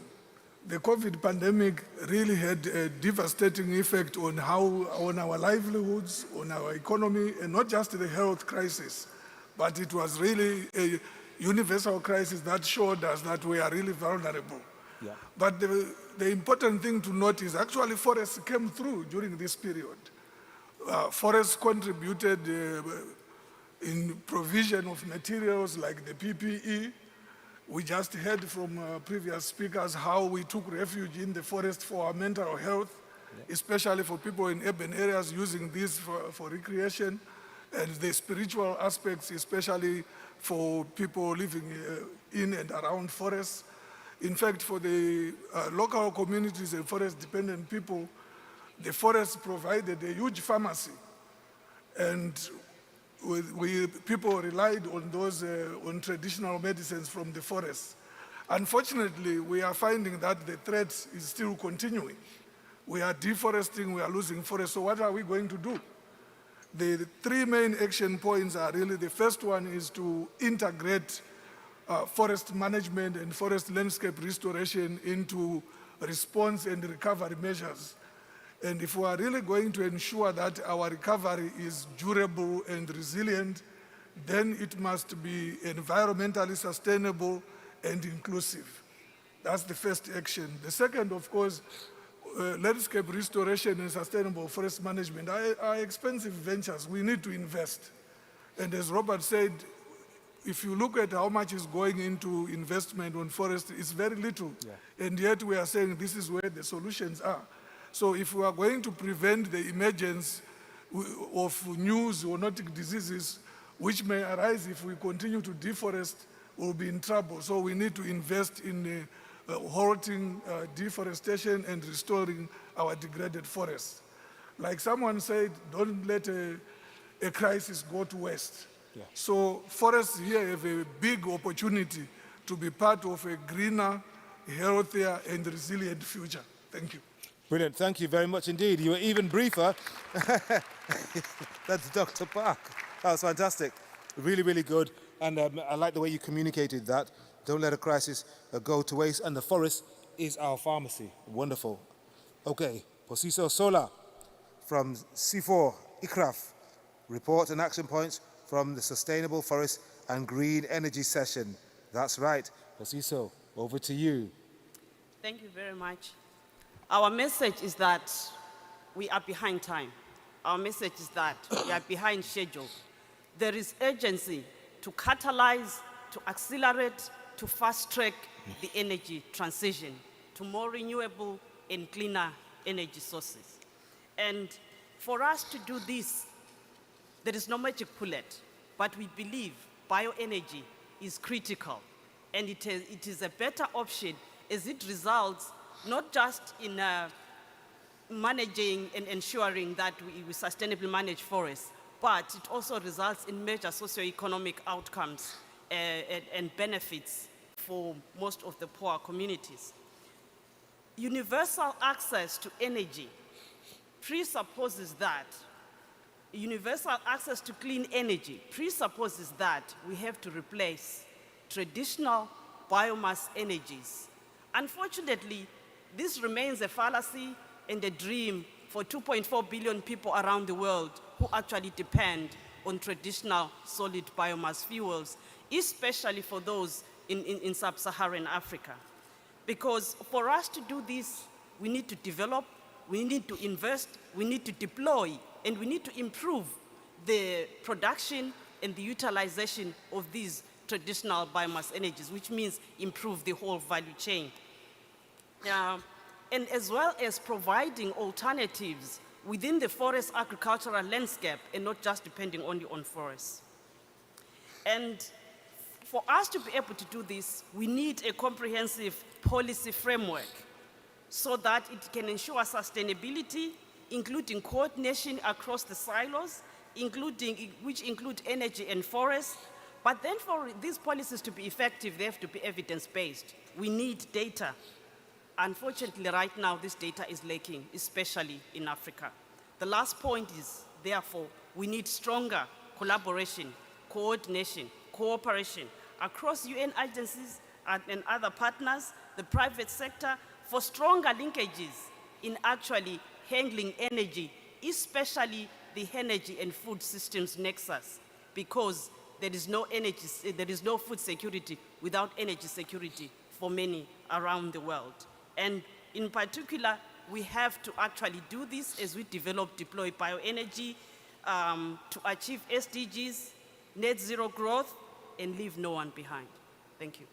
Posiso, thank you very much indeed. Third person in a row to have delivered all her remarks in under 3 minutes. Fantastic.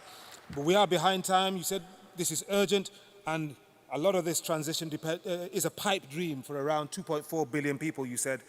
And I remember you saying that in the session. We need to develop, invest, and deploy. Now to Anali Bustos, Monte Alegre Natural Reserve, University of Buenos Aires. So report and action points from the special event, The Future. There we are. Look at these children. Ha ha, what a beautiful picture. It reminds me of me when I was about 5. Yes. Yes, how I looked. Investing in young forestry professionals, but I didn't have all forests around me. I was in urban Manchester. There you go. That's why I'm like this now. The future is now investing in young forestry professionals and career development. Anali, over to you. Thanks, Henry. My name is Analia, I'm from Argentina, and I will speak Spanish from now because I want to honor my Latin American roots. Voy a hablar en nombre de todos los jóvenes profesionales actuales y potenciales de I would like to take this opportunity to present The Future is Now, investing in young forestry professionals and career development. The whole world is changing very quickly, and so in finding solutions, we must be aligned with this pace. There could be a wide variety of opinions, and many of the stakeholders participating at the Congress is becoming more diversified as well. We look forward to young professionals joining the area of forestry so that we can live up to future challenges. In particular, we need to be able to share the knowledge and experience of young professionals. We need to make sure that they can flourish and become leaders in our area. Currently, for the young professionals, we need to invest. We should not only make financial investments, but we also need to make sure that we invest in the career development and capacity building of young professionals. We need to be mindful of the visions of young professionals, and we need to include them in decision-making processes. We also need to make sure that the young professionals feel confident by making investments into them.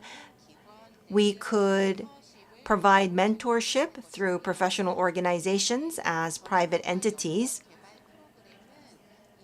Professional development programs have always been effective in developing the capacity of young professionals, and therefore we need to expand such programs and opportunities. In conducting work related to forestry, we need to further professional areas. We need to first take into consideration that the wage levels are low, and so we need to normalize the wage levels, taking into consideration other professional areas. We also need to communicate the merits and attractiveness of professionals in forestry. We also need to enable young professionals to share information amongst them and provide platforms for cooperation. Last but not least, at times, we need to focus on the fact that we need to recover the health of our earth for the younger generation. That's only half true. What is important is now. We need to focus on the fact that the quality of life now is also very important. So, in order for us to change the now, we have to change our mindsets. In order to achieve this, we need to overcome challenges together and collaborate. We need to make sure that these actions are put into reality. Thank you. Thank you very much, Annalie. That was wonderful there. I love this idea of, we need to communicate and really invest in those young forestry professionals, especially if it's seen as a Cinderella career. Do we have any supplementary thoughts? Somebody who thinks maybe we've missed something, you want to add something, you want to react to one of the contributions you've heard? If not, then we will move on and I will release Block 4A from their captivity on stage, and you are released. Thank you very much for your wonderful contributions. Excellent, thank you very much indeed. And now for our final block, Block 4B. I'm going to name them, and as it's the final block, I want you to really raise the roof. This is the culmination of a fantastic week of activity. I would like to invite to the stage Carlos Faropa, Director, Forest General Direction Ministry of Meat, Agriculture and Fishing from Uruguay. Elizabeth Simadala, President of the Eastern Africa Farmers Federation. Mokena Makeka, Principal Dolberg Advisors. Emmeline Cheney, Team Leader and Senior Technical Advisor on Forest and Climate Finance in Asia Pacific, UNEP. And Cecile Njebet, Founder and President of the African Women's Network for Community Management of Forests and the 2022 Wangari Maathai Forest Champion. Wow! That's right, just wave to your public. The superstar of forests, wave to your public. Like the Queen, just, there we go. Our Empress of Forests. All right, so this is the final block. So let's make it even better. Let's raise the roof. Okay, Carlos, we want you to report and give us some action points on the special event. There we are, the contribution of forest circular bioeconomy to sustainable development. Over to you. Thank you. It's an honor to present conclusions of a very qualified panel. And we are presenting 6 action points that we think that are one of the more of the push and speed, more forest and more quality improvement and management of the forest. These are forests and forestry are central in achieving the new circular bioeconomy paradigm, being our most important biological infrastructure and should be part of national sustainable bioeconomy strategy. Forests can play catalytic role in the transmission to bioeconomy if coherent cross-sectoral policies and joint strategy are put in place, together public and private. The forest-based economy contributes to the decarbonization of society, as renewable forest products both store carbon and substitute for more emissions-intensive products. New opportunities for emerging forest products are rising thanks to the extraordinary scientific advantages and innovation in the sector. To further strengthen the shift from fossil-based materials to biomass and bio-based materials is necessary to de-risk private investment, but balance public and private interest and translate this balance into integrate public-private finances approach, but public scopes at the end. The sustainable use of wood can reduce the carbon footprints of multitude of sectors, including construction, biochemicals, and textile. Clear and measurable sector-specific target, like example, percent of building made out of wood, will help boost the transition to the bioeconomy. Further research capacity buildings and knowledge exchange is required to ensure the necessary quality standard and respect legal requirements today. Current statistics are not designed to measure bioeconomy and covers only classic sectors.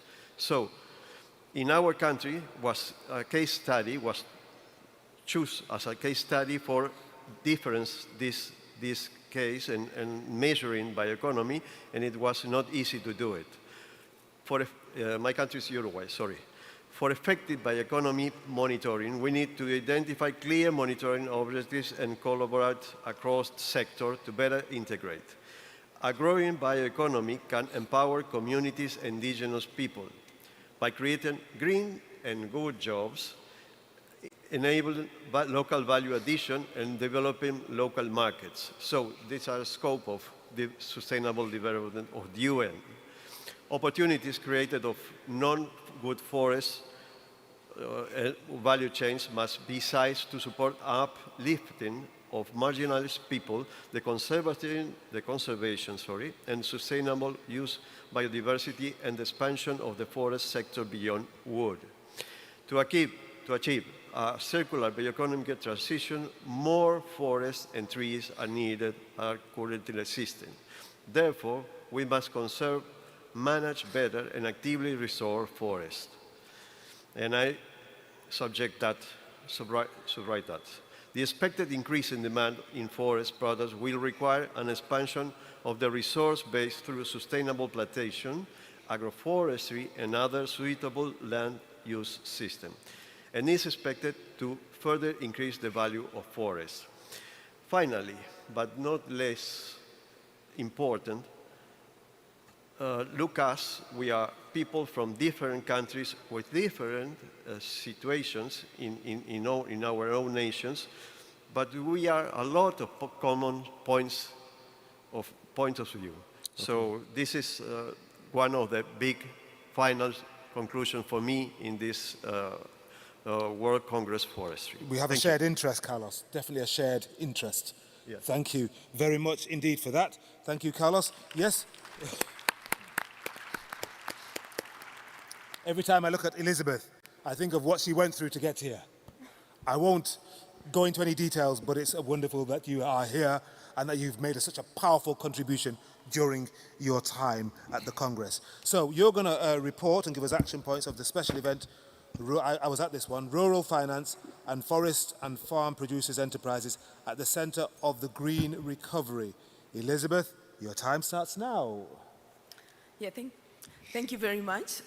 It's really an absolute honor for me to present the action points of the special event on rural finance. We started by acknowledging the important role that producer organizations play in terms of food security, noting that smallholder farmers and family farmers produce over 80% of the world's food. They also have an important role to play in terms of ecosystem restoration and climate mitigation. And given that role, we thought that they need to come together as strong entities and farmers associations, forest and farm producer organizations. So we need to assist and help them in getting mobilized for them to have a collective, a strong, and a coordinated voice. We don't only stop at having them form strong organizations, but we also need to make sure that we build their capacity and the capacity of the farm and forest producer organizations for them to be able to offer sustainable services to their membership. In terms of financing, we noted that financing has never been enough.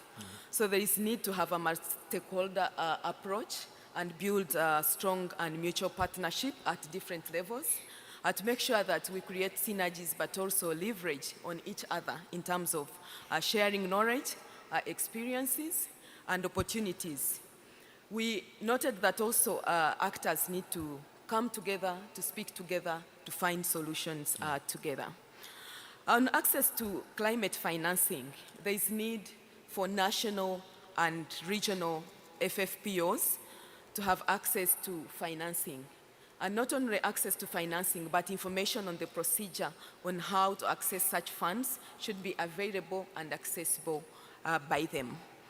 The capacity of banks and impact investors, we realized that they don't really understand FFPOs. So their internal capacity needs to be built for them to understand the risk around forestry and agriculture in general. But also the FFPOs need to have financial literacy.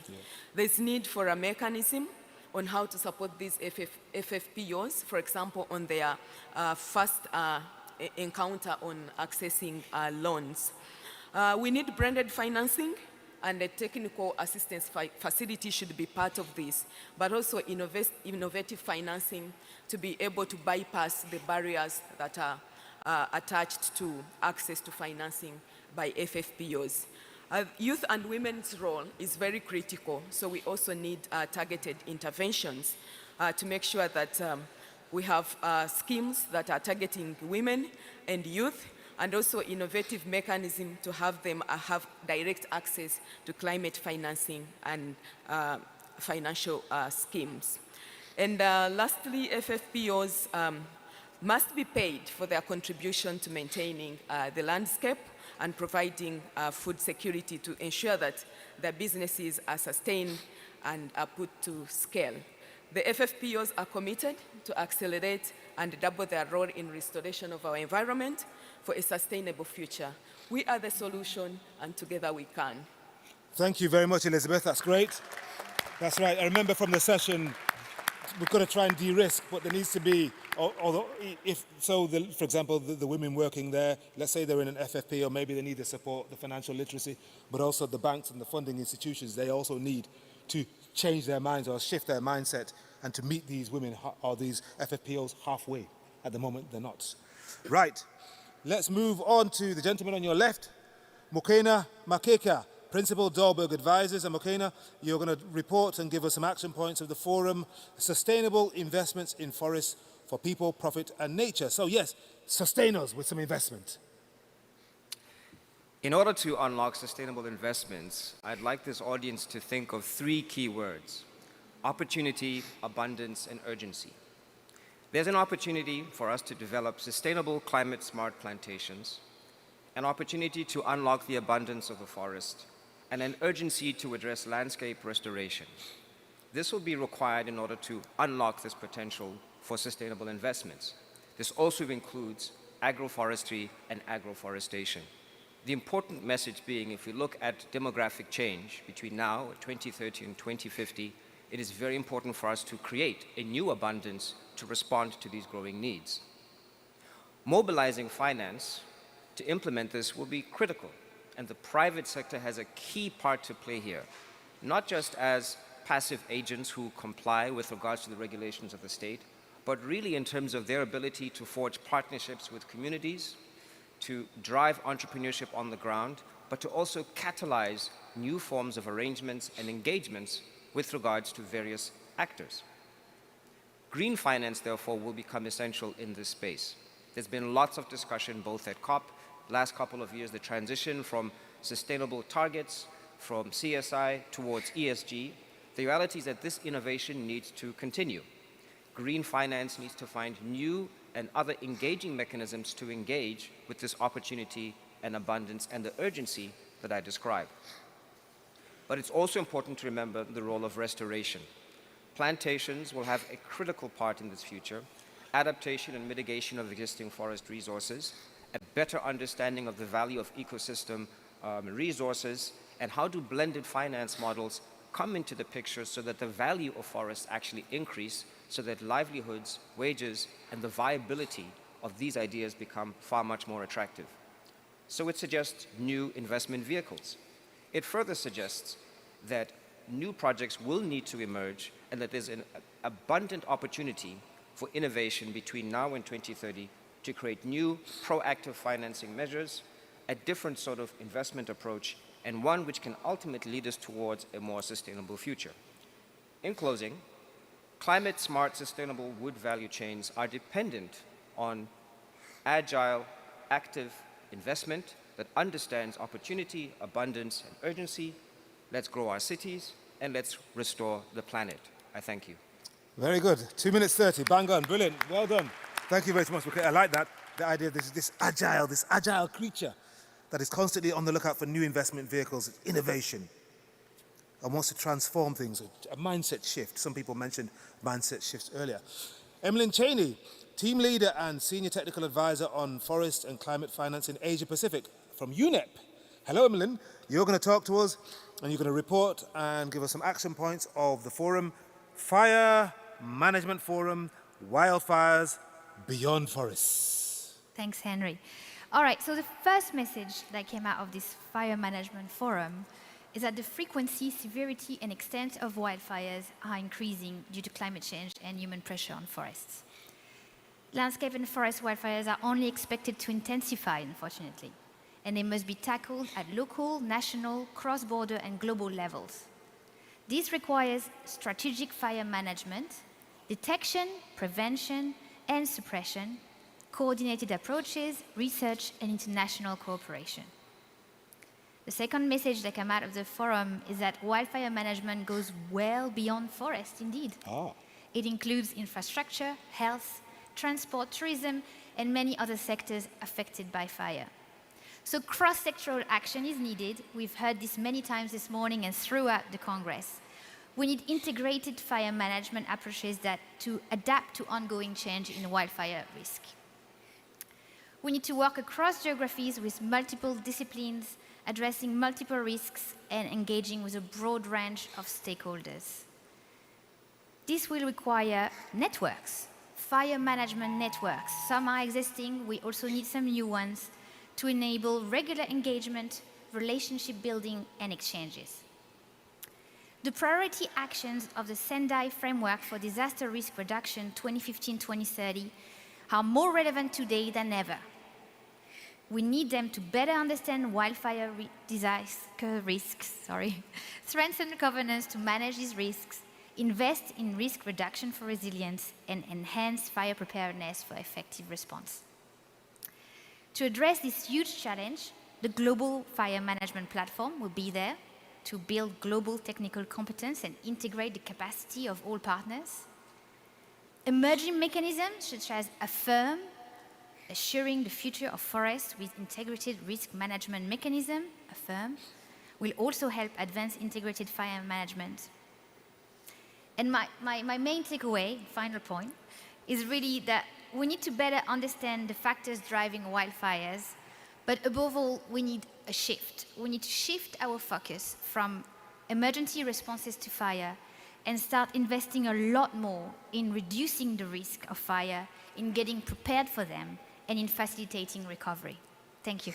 Emily, thank you very much indeed. Another mindset shift. That's right. Prevention is always better than cure. Thank you. Now, there's one more person. Who is she? Now, I saw her in the hotel kind of breakfast area 2 or 3 times before we actually spoke. I didn't realize I was sitting opposite a star, a champion of the forests. Perhaps I could even call her an empress, because she is the Forest Champions panel, and she's going to report and give us action points of the special session Wangari Maathai Award Ceremony. Please put your hands together with great enthusiasm for Cecile Njebet, Wangari Maathai Forest Champion, the winner. Oh yes, there she is. And quite rightly, she's smiling. In fact, she is so keen to speak at length, she's coming here to ease me out of my position. But I will not be standing too far away. Thank you. Thank you so much. Ladies and gentlemen, it has been an honor to join the World Forestry Congress, and I received the Wangari Maathai Forest Champion Award. This is a very special time in my life and in the life of the women of our network we called African Women Network for Community Management of Forests, REFACOF. As many of you know, the Collaborative Partnership on Forests, CPF, launched the first Wangari Maathai Award in 2012 to honor and commemorate the impact of the late Kenyan environmentalist who championed forest issues across the globe. Professor Wangari Maathai was the first African woman to win a Nobel Peace Prize for her contribution to sustainable development, democracy, and peace. Allow me to share briefly my brief and very memorable contact with Professor Wangari Maathai. I met the late Professor Wangari Maathai in 2009 when she visited our small organization known as Cameroon Ecology. That was one of the first 6 grantees of the first Congo Basin Forest Fund. She later raised awareness on our activities in the UN Climate Change Conference in Copenhagen, accompanied with the authorities of the city of Edea and all the sectoral administrations. After this conference, she visited Bopo, one of the community forests in Cameroon, as well as the beneficiaries of the funding. As we spent the day together, she explained to me her love for forests, for nature, the importance of preserving the environment, the danger of climate change for humanity, the human responsibility for the destruction of the environment, the importance of forests for the environment, the contribution of women, and so many more things. As we separated, she told me this: "This is the mission I leave to you. Mobilize all African women, sensitize them in planting trees. Tell them to plant fruit trees. They will bring them many benefits. They will improve the nutrition of their children and their families. They will generate income through the sale of surplus fruit, and the trees will help mitigate the negative impact of climate change. The entire world will benefit from their actions. So get the women, plant the trees. If you need money, I'll give you the money." These words have remained engraved in my memory, and her visit was a trigger for my commitment to reforestation, conservation, the fight against illegal logging, the fight for women's rights on land and forest. So when I talk about this short moment with this African and world icon, you can't imagine how much she marked my life. You can understand how much I regret her passing, her premature passing, and you can understand how I feel since yesterday. This prize for me is all this: the recognition of the strategic actions of the forest, the strategic actors of the forestry sector gathered within the CPF, the motivation to continue this work in memory of Wangari Maathai, the encouragement to continue this difficult work with rural women, and finally have support that Wangari Maathai has promised me that has become a reality through this award. It is very unfortunate that she was never able to witness this moment as she passed away so early. Our goal at Refakov is to plant 20 million trees for the UN Decade on Ecosystem Restoration. In other words, some brave African women are committed to planting so many trees on the continent as their contribution to restore degraded ecosystem. Of course, we all know that they do not have enough resources to carry out this. However, I believe that this award will send their plea to those who can support them in this noble cause. I once again thank you for this precious award, and I also for listening to me, and thank you very much indeed. Thank you.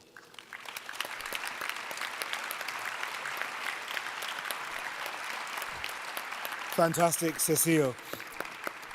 I love the way Cecile paused there for a moment, as if you wanted to take her photograph. Don't worry, we'll do a group photo in a minute or two's time.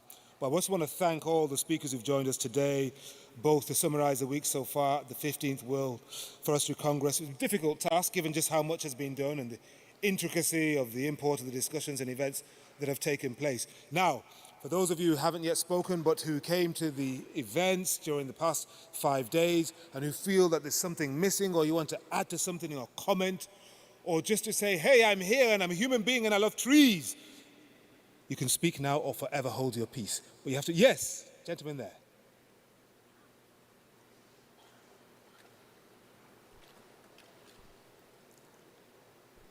Aloha, my friends. Aloha, hello.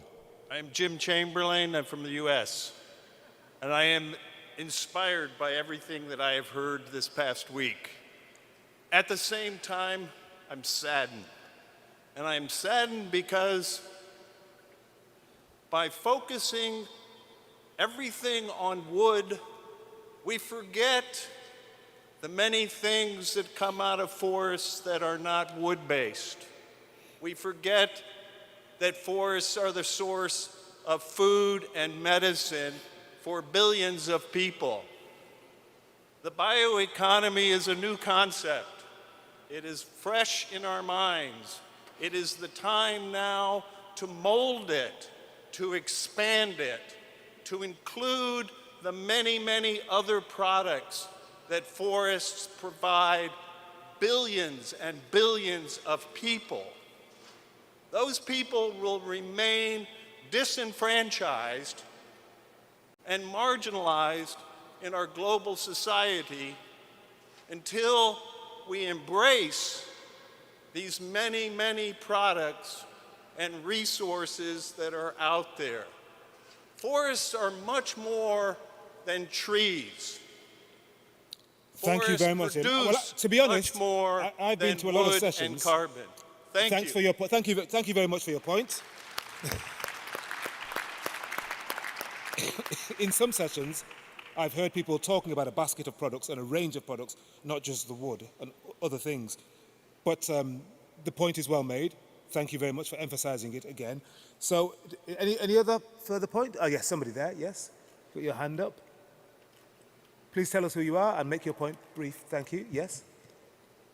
Yes. Hello. My name is Dani from Cambodia. One word that I would like to say here is let's plant the tree. Plant the trees as much as possible and plant the tree everywhere as you can. Thank you very much. Thank you very much indeed. That's wonderful. And do we have one more little contribution from somebody? This is going to be the last one in this session. Let's have a look. Speak now or forever hold your peace. Where? Oh, yes, okay. Make yourself known and come to one of the microphones. And as this is the last one, I'm going to put some pressure on you. Make us feel good. My name is Luciana Varcuja. I'm an architect from Brazil, and I think there was a lot of talk on wood, like our colleague mentioned, but it's important to raise that this push for timber construction we need to be aware of the potential of forced labor increase also in this industry. So I think we have to do much more due diligence, being aware of the sources so that this implementation in this field can come also not with a increase in a social impact that already happens in constructions with the forced labor. So we all should be aware of that too. Absolutely. Thank you. Certification people have mentioned. Thank you very much indeed for that final point. Now, I've got a point of information before we close. There was some confusion about the timing of the afternoon session. Some people were told it was at 1400, as in 2 p.m., and other people were told it starts at 1500, 3 p.m.